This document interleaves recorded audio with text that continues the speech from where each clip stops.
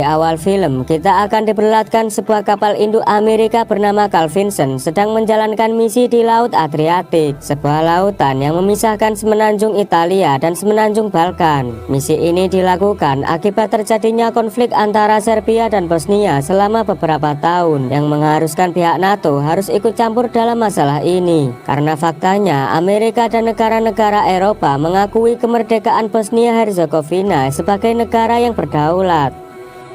Setelah semua pihak yang terlibat melakukan upaya perundingan, akhirnya konflik ini merujuk pada perjanjian damai. Tapi NATO dan Amerika masih melakukan misi pengintaian di atas wilayah udara Bosnia. Hal itu dilakukan untuk mengantisipasi jika terjadinya konflik di wilayah tersebut. Misi-misi pengintaian ini dilakukan oleh para pilot pesawat tempur, yang salah satunya seorang pilot bernama Jeremy Stack yang ditemani navigatornya bernama Chris Barnett.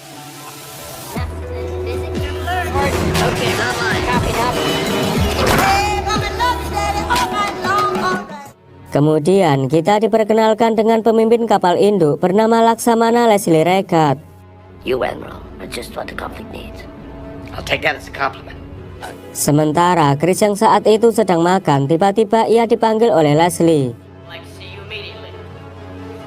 Ternyata Chris sebelumnya mengajukan pengunduran diri karena dia merasa sudah bosan melakukan penerbangan hanya untuk misi pengintaian. Padahal tujuannya bergabung dengan Navy, ia berharap bisa ikut dalam peperangan.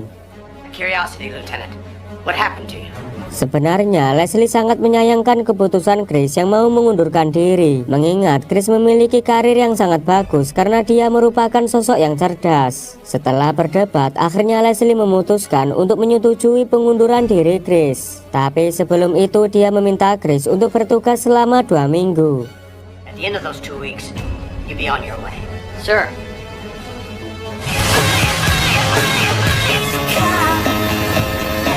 Great to look back and it's got love. Yeah.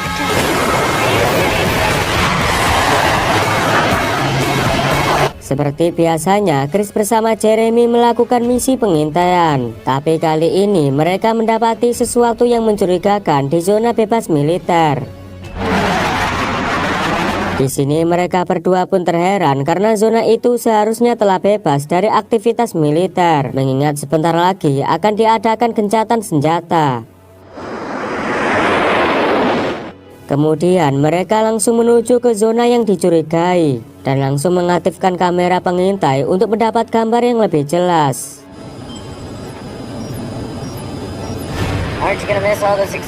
Tanpa diduga, ternyata di sana ada pasukan Serbia yang sedang berkumpul. Entah apa tujuan mereka di zona tersebut. Ketika Chris melintas, mereka pun mulai panik dan langsung melaporkan kejadian itu kepada atasan mereka. Tentara Serbia menganggap kalau jet itu adalah NATO, yang kini berusaha memata-matai mereka dan telah melanggar perjanjian gencatan senjata. Lokar yang sebagai pemimpin menyuruh anak buahnya untuk menembak jatuh jet tempur tersebut.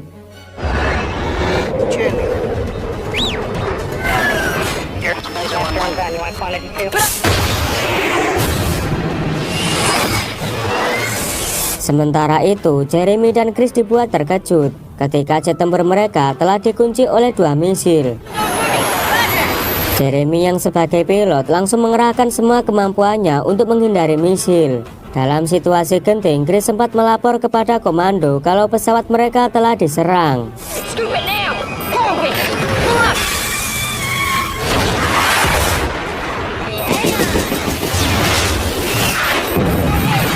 Mereka berusaha mengalihkan misil dengan menjatuhkan tangki bahan bakar. Beruntungnya, upaya tersebut membuat 1 misil meledak, dan sialnya 1 misil lainnya terus memburu mereka dan mengenai bagian belakang sehingga jet tempur mereka mengalami kerusakan.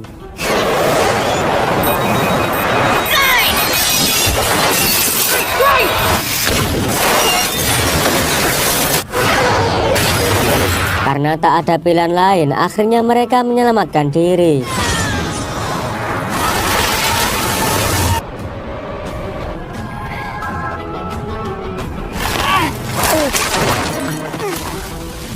Sementara di kapal induk, Leslie dikagetkan dengan laporan bahwa pesawat Chris telah hilang kontak.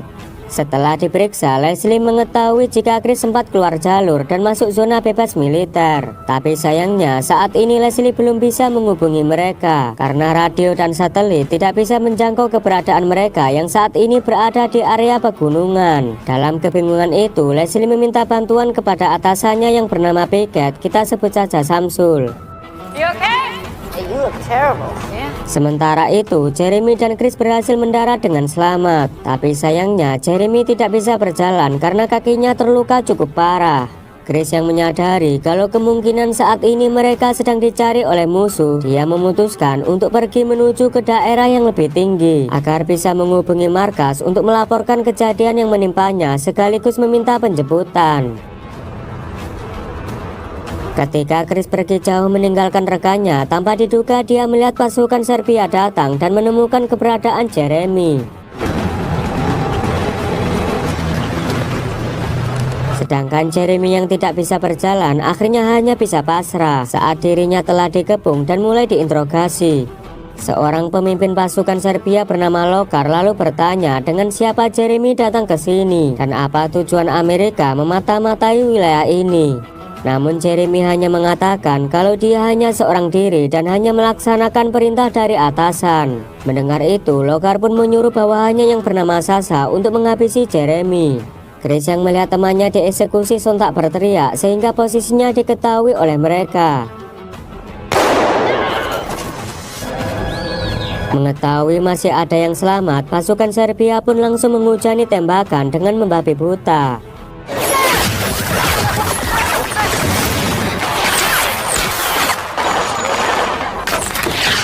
Chris pun berlari sekencang-kencangnya menghindari tembakan musuh dan untungnya dia berhasil selamat. Lokar yang nampak marah langsung menyuruh Sasha untuk mencari dan menangkap Chris.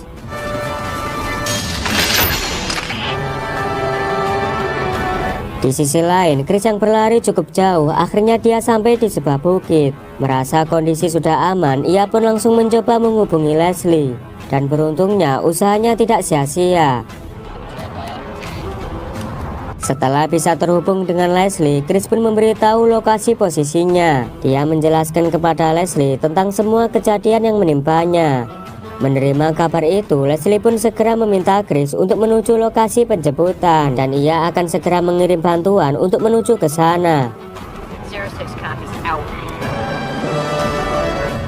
Tapi sayangnya ketika tim penjemput akan berangkat, Samsul melarang untuk melakukan penjemputan. Dia juga mengatakan jika dirinya telah mengurus masalah ini bersama pimpinan militer Bosnia. Ternyata mereka tidak mengakui telah menyerang pesawat Amerika dan justru menyalahkan pilot Amerika yang telah masuk ke dalam zona bebas militer. Samsul memberi dua pilihan, apakah Leslie mau mengikuti perintahnya atau menyelamatkan Chris. Jika menyelamatkan Chris, maka dia akan berakhir dipecat dari militer. I can have you free commander or you stand down. You can do it yourself. Di sisi lain, Chris yang sangat kelelahan, dia beristirahat sejenak. Tapi sialnya dia ditemukan oleh Sasha dan langsung menembaknya dengan senapan sniper. Untungnya tembakan Sasha masih meleset sehingga Chris mendapat kesempatan untuk kabur.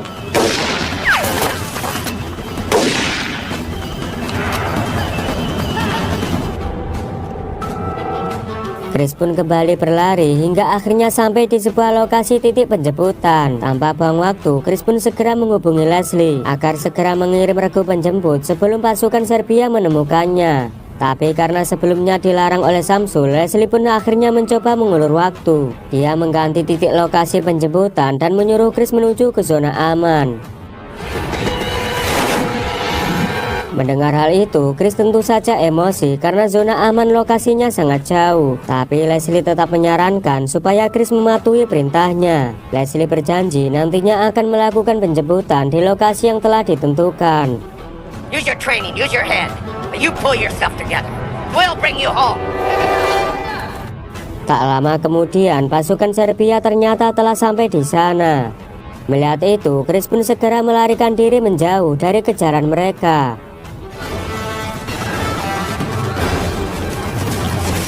Tapi dalam pelariannya, dia tanpa sengaja terjatuh ke dalam sebuah kubangan yang di dalamnya terdapat kumpulan mayat yang telah membusuk.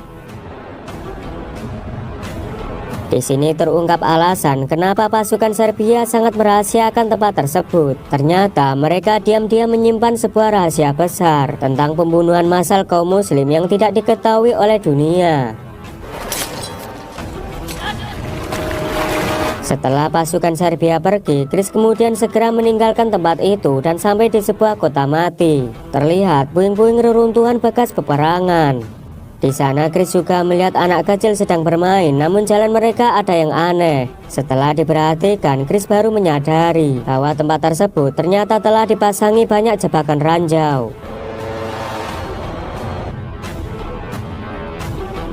Ketika Chris sedang berpikir, ia dikejutkan dengan datangnya tentara Serbia. Dengan terpaksa, Chris segera melewati ranjau tersebut dengan cara melompat-lompat dan berusaha menghindari jebakan ranjau yang ada di sana. Tapi sial, seorang tentara Serbia malah menginjak kabel ranjau, dan seketika semua ranjau itu pun meledak.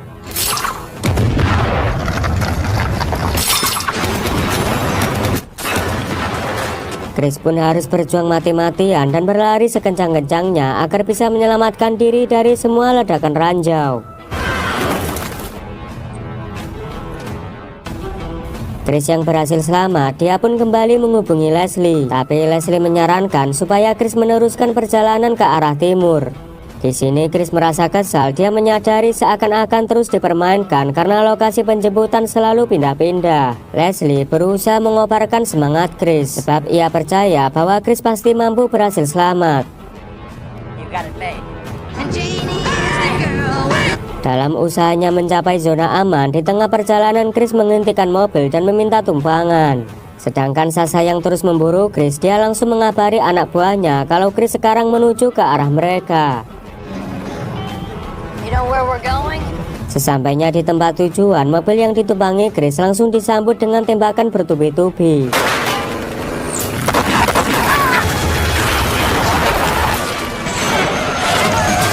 Dia pun berhasil selamat bersama dua orang lainnya dengan berlindung di sebuah ruangan yang terdapat banyak tentara muslim. Di sini Chris pun diancam akan dibunuh karena dituduh telah menghabisi pasukan muslim. Namun seorang pemuda menjelaskan kalau hal itu adalah ulah pasukan Serbia. Dan Chris juga membenarkan kalau dirinya melihat banyak mayat yang dibuang di kubangan. Di tengah ketegangan, anak buah Lokar tiba-tiba mengebom bangunan tersebut. Dan lagi-lagi Chris pun masih selamat meskipun dirinya menderita luka ringan. Dalam situasi semakin genting, Chris pun menemukan mayat tentara Serbia tergeletak di sana. Melihat itu, sontak Chris mendapat ide untuk menggunakan seragam tentara Serbia sebagai kamuflase. Tentara Serbia pun datang. Mereka memeriksa puing-puing reruntuhan untuk mencari mayat Chris. Dan benar saja, mereka menemukan sosok mayat berseragam pilot Amerika. Kemudian mereka segera membawanya kepada Lokar. Tapi dengan cerdik, Sasha menyangka bahwa itu bukan mayat Chris karena mayat itu memiliki tato yang sama dengannya. Merasa dirinya telah dipermainkan, Lokar pun semakin emosi. Sementara Chris melewati mereka dengan santuy.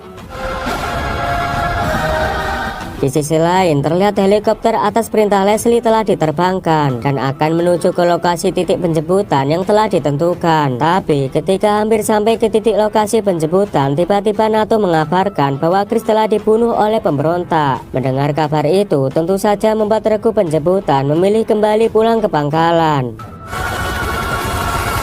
Sedangkan Chris yang hampir sampai ke zona aman, lagi-lagi dia harus kecewa ketika melihat tim penjemput kembali pulang. Dengan kesalnya, Chris pun menembakkan senjata sambil berteriak memanggil mereka. Tapi tim penjemput tidak mendengar dan tetap putar arah.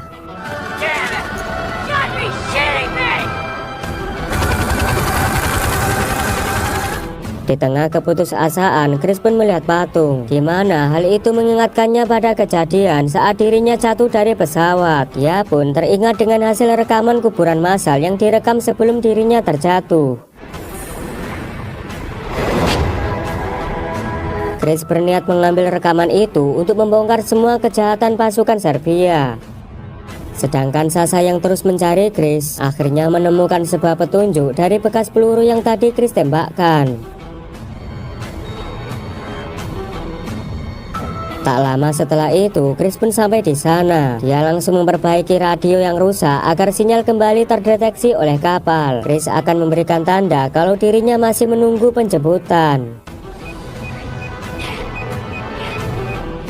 Sementara di kapal sendiri, Leslie yang mendengar jika Chris sudah dianggap mati dan penjemputan telah gagal. Dia pun berencana akan segera pulang dan memutuskan untuk pensiun. Tanpa diduga, mereka mendapat sinyal yang dikirim oleh Chris. Mengetahui Chris masih hidup, dia akan memimpin regu penjemputan dengan mempertaruhkan jabatannya demi menyelamatkan nyawa Chris.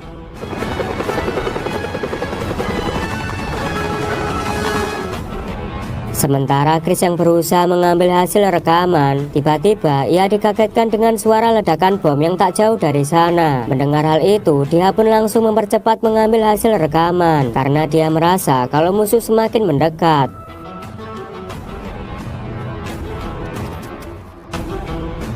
Ketika akan menembak, Sasha mendengar kalau ada regu penyelamat yang akan datang, sehingga hal itu memaksanya untuk mengendap-endap agar lebih dekat.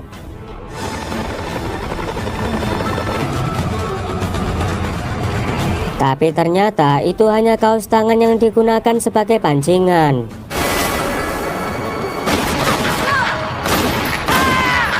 Baru juga menghabisi Sasha, Lockhart bersama anak buahnya datang dan menembaki Chris dengan brutal.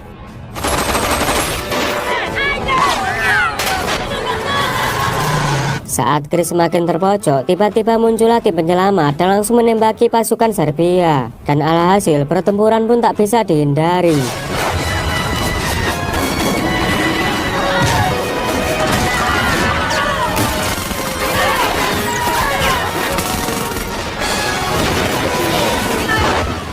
Di tengah pertempuran, Chris yang menyadari rekamannya belum diambil, dia pun akhirnya memutuskan kembali meskipun harus berjibaku di antara lesatan peluru. Dengan sekuat tenaga, Chris mengambil satu-satunya bukti rekaman tersebut.